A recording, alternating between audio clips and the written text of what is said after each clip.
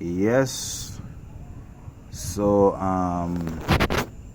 this is a test that we are doing now. The parasitic jar. We're checking for a parasitic jar, which is anything that drains the battery, like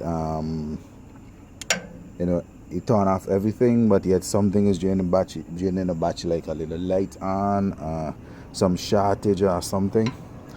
That's what we are checking for right now. As you can see, the meter is 0. Now we remove the negative of the battery terminal, and we're just gonna check for anything that is pulling power from the battery when the vehicle is not running or the truck is not running. So I'll take this off because this was something that I was trying. Here we'll go now with the test. So what you do, you turn 2 milliamps and set your leads to amps and common. So you take one end,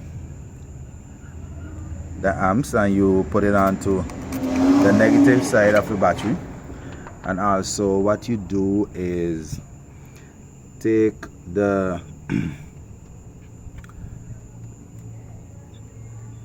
common and put it onto the lead, the negative lead that goes to the engine.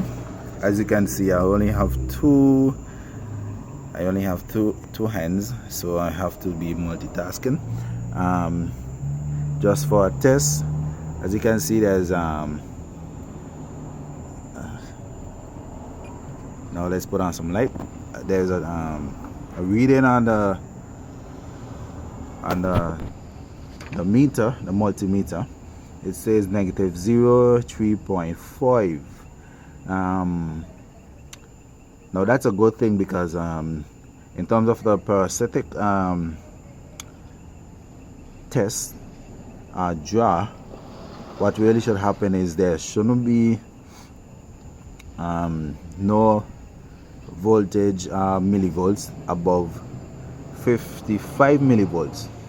So as you can see, there's a fluctuation between 33 millivolts, 32 millivolts, 34 millivolts right there. So it's a lot less than 55 millivolts, which means everything should be good, and there is not much of a draw from the batteries and so on.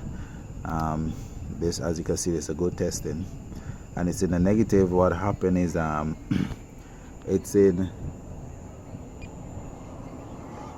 amps, as you can see at the point. So that's negative 0.3 amps, which is 30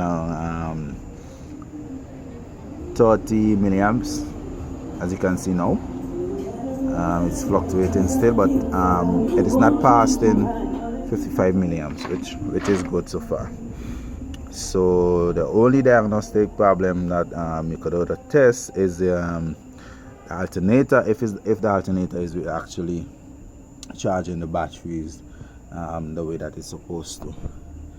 So it passed the test, so we are good.